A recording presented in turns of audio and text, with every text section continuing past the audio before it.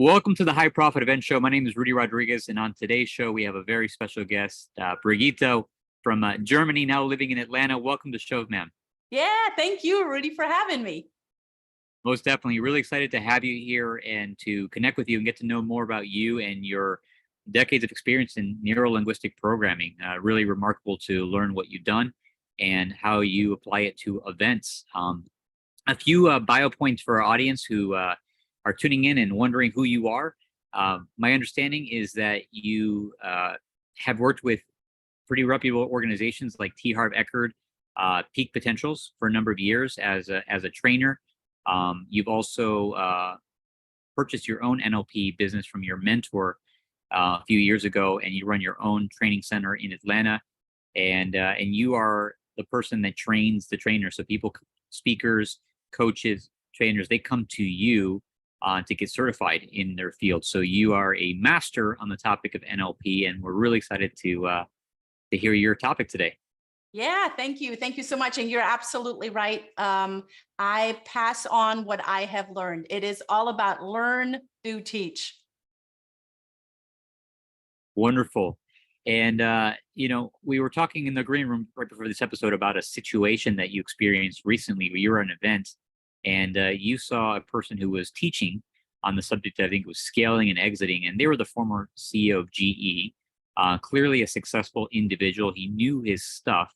But what you noticed being a participant in the audience is that people weren't really being left with like the value that they were looking for, right? They weren't engaged with the speaker. They were missing something. Even though this person clearly was successful, they knew their content, they didn't have the rapport, right? And so I'm curious to hear from your perspective, and maybe we can jump right in. How do you build rapport with an audience using NLP? Yeah. How do you build rapport? First of all, what is rapport? You often hear rapport is when you find commonality. I say rapport is when the other person feels valued, heard, and understood.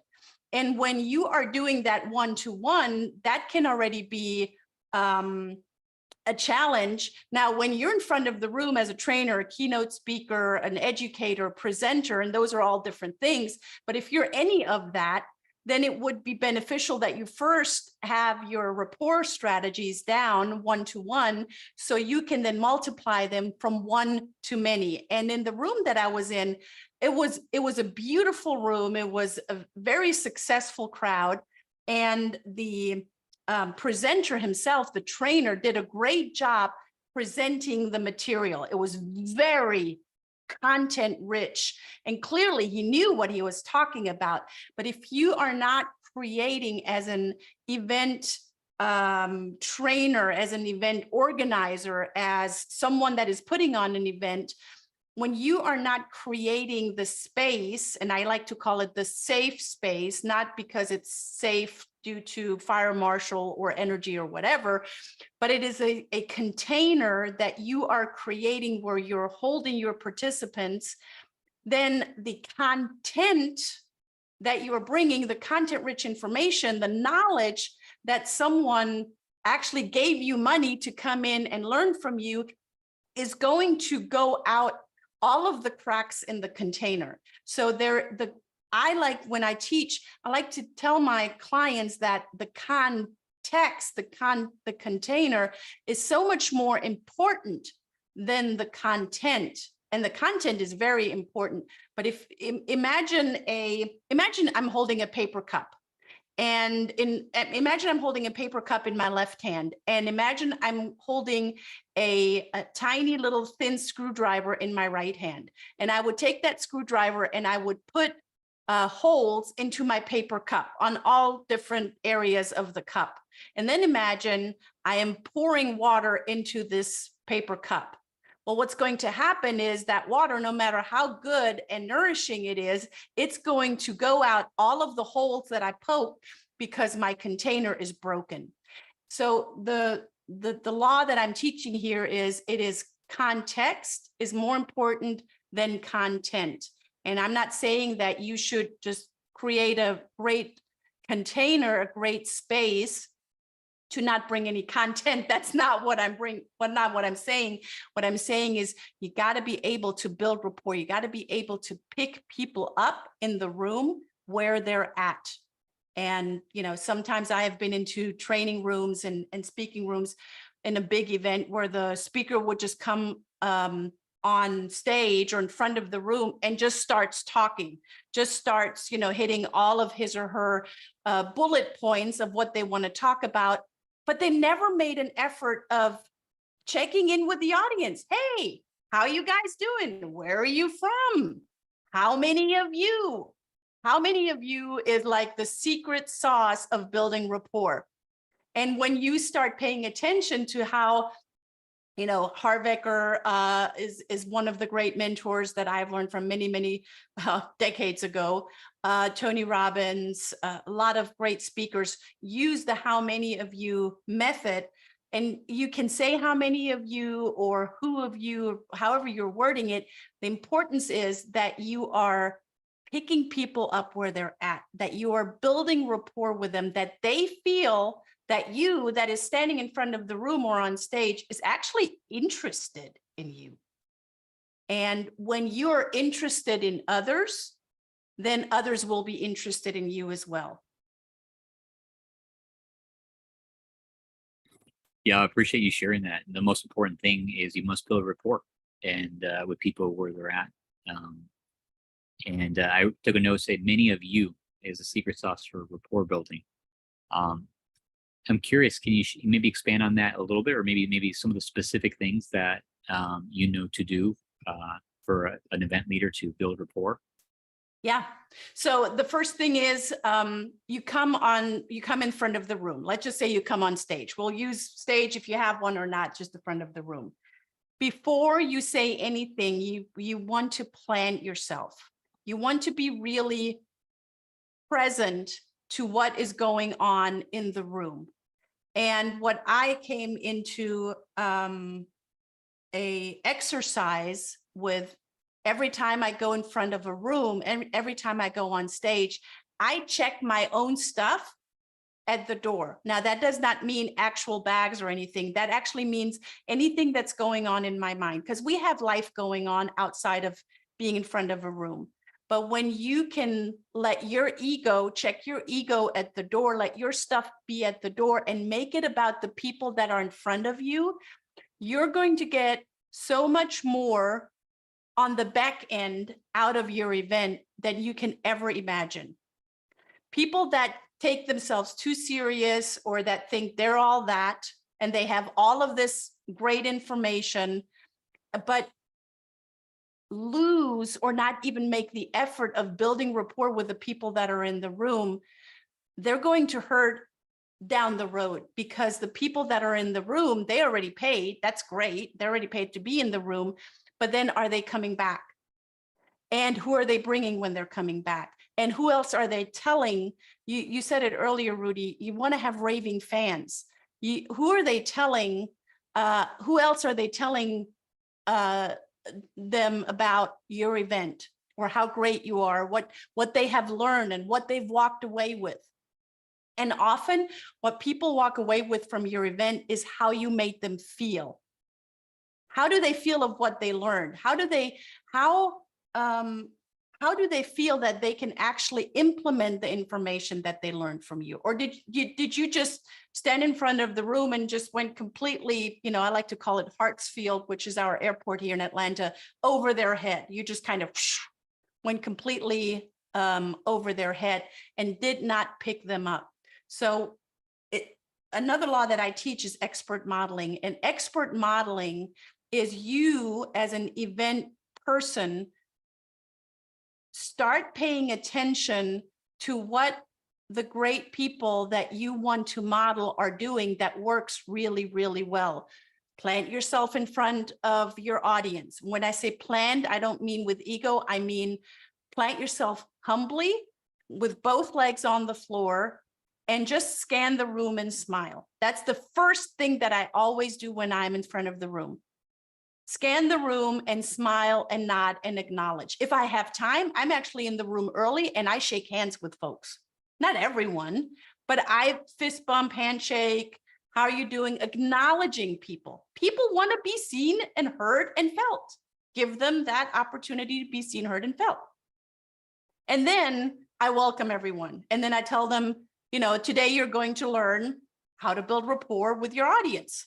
And how does NLP help you build rapport with your audience? Rapport building is actually one of the original strategies of neurolinguistic programming, and all of the other strategies built upon that. So expert modeling is a big piece in that. And I want to encourage you that you are looking at other experts that you can model from, because when people are in the room, they also see you as the expert, and then they want to model what you're doing. And when you're doing it right, they're going to come back and they're going to throw their credit card at you and say, whatever it is that you have, I want it because you're doing a great job doing it. So planting yourself, being present, scanning the room, making people feel welcome and seen and heard and felt and understood. That is the most important part. And then you can start asking, how many of you, you've heard this before, come on. How many of you are, when I'm doing an event in Atlanta, how many of you are from Atlanta? How many of you are from inside the perimeter? How many of you are outside the perimeter? If you see my hand motions, the how many of you is on one side and the other how many of you is on the other side. That's called tonal marking and analog marking. Those are master strategies of NLP. So you start learning, putting all of those things together in your tonality, putting things into space, and really making people part of what you're about to deliver. And now they're engaged. Now they're maybe leaning forward. Sometimes when I see people are getting too comfortable in their chair, I say, I have a secret for you. Lean in. And then everyone leans in. So I'm modeling my body language to them to lean in. It's all about expert modeling. When I see that the majority of the room is starting to drift, I'll do a pattern interrupt. I'll say, everyone, please get on your feet, and everyone stands up. If people are not standing up or they're not following what you are saying, that is immediate confirmation that you have no rapport. When people are not, when you say, oh, all right, everyone, please, take out a pen and a paper and start taking notes, and people are not doing it, that is a confirmation that you need to do a better job in building rapport. So how do you do that? You can put them in an exercise. You can say, all right, from the last 5 things that I shared with you, what's one thing that really stands out? Take a minute and write that down right now. And then I have writing music, and then people are writing out, oh, I really like what she said about expert modeling. Let me write that down. So what does that do? That anchors in what I said 5 minutes ago. It gives them an opportunity to reconnect with me and the things that I taught, and it gives them an opportunity to actually capture it. And then I say, okay, 1 minute's up. Thank you so much. I always thank them when I give a command. You want to thank them. Now, turn to your partner to the left, or turn to your partner to the right, or turn to your partner to the back, however you want to do it, and share with them within 10 seconds what you have learned. What was that one thing that you wrote down? And then you want to make sure that you keep your time. And then after 10 seconds, you can say, thank your partner, give them a high five, and let's come back and continue. Maybe you want to do a group share. If you have time, you can do a group share of 1 to 2 people that want to share what they have learned, and then you thank them, and then you move on to the next topic that you want to teach. Now you have recreated a foundation of rapport, because you gave people the opportunity to think about, what is it that I have taught? Ooh, and by the way, she did that. She's probably going to do that again, so I might as well pay attention, because I really want to get something out of it, because I paid for this event. So I want to walk away with a lot of value and information.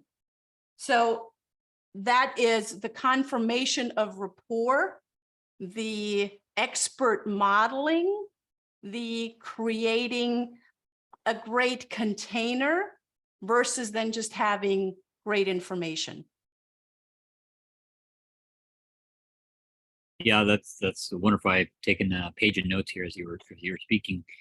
To model what you were just sharing here, my takeaway is ultimately, how do they feel, right? Are they connected? Do they feel like there's trust, there's rapport, or they would just go over their heads, and is there disconnection or disassociation? Um, and modeling begins from the moment that you take the stage, right? As being on the stage, you are the expert, and taking the time to pause, connect, pull them, ask them where they're from, getting them to raise their hands and engage, before attempting to just jump right into the content. And I like that specific exercise that you share. Hey, if you feel like you're losing them, you can lean in, do exercises.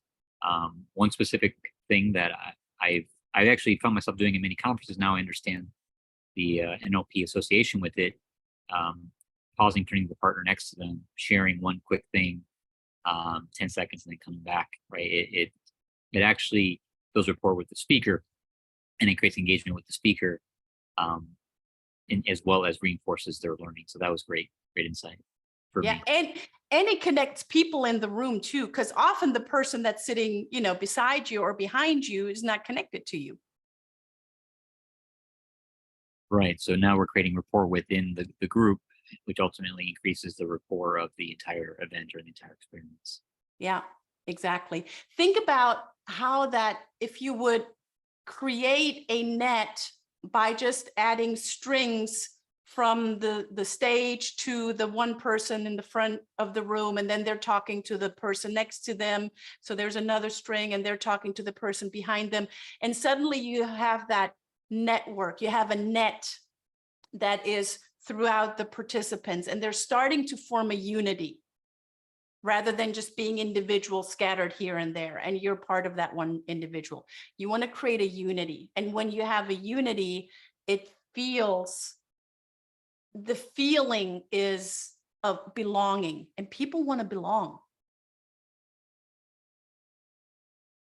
Yeah, people want to belong. I like that. That's a good takeaway for me here too. I appreciate you speaking on this topic. I recently did a speaker training myself, called "Engage from Your Stage" with Scott DeMullen, and he shared a syntax with us. And basically, 40% of a talk is designed to build trust and rapport with the audience. So you give some very tangible, specific ways that you go about doing it that I think will be very helpful to reinforce for our listeners. It's the simple things like dribbling the basketball and shooting a layup and a free throw, right? But if you can't do it, you can't do anything else, right? That's right. Yeah. Yeah, that's absolutely it. You got to know, and that's why the context is so important. You got to know how to do it and not just what to do or what to say. Yeah, thank you for sharing that. And I'm sure our listeners are probably curious at this point, of like, hey, how can I learn more about NLP, and how I can use NLP to continue to build rapport?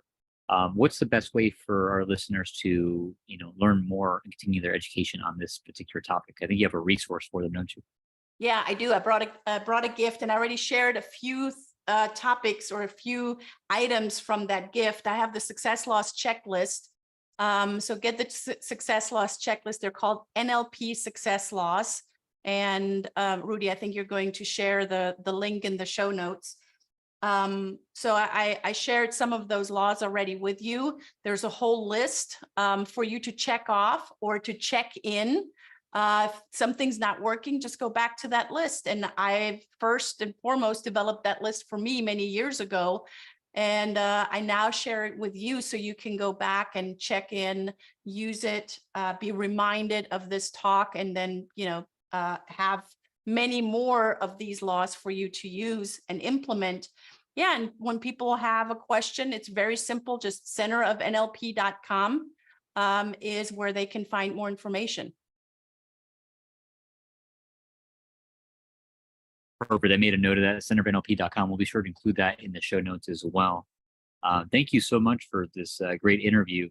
And before we go and wrap up here, do you have any final comments or closing thoughts for our audience?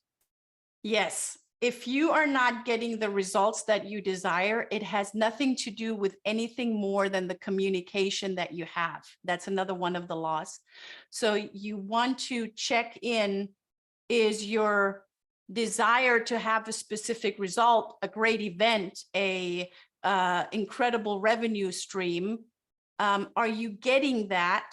And if you're not getting that yet, check in with your communication, with your own communication inwards and with the communication outwards to your team, to your staff, and most importantly, to your participants, to the clients that you're working with, and then fine tune that. And NLP helps with that. Excellent. Thank you so much again for those final tips. Appreciate you very much. And for our listeners, definitely go download the free resource and check her out if you want to learn more about NLP. I know I'm definitely much more curious now than I ever have before with NLP. So thank you for sharing this with me. Yeah, thanks, Rudy. Thanks for having me.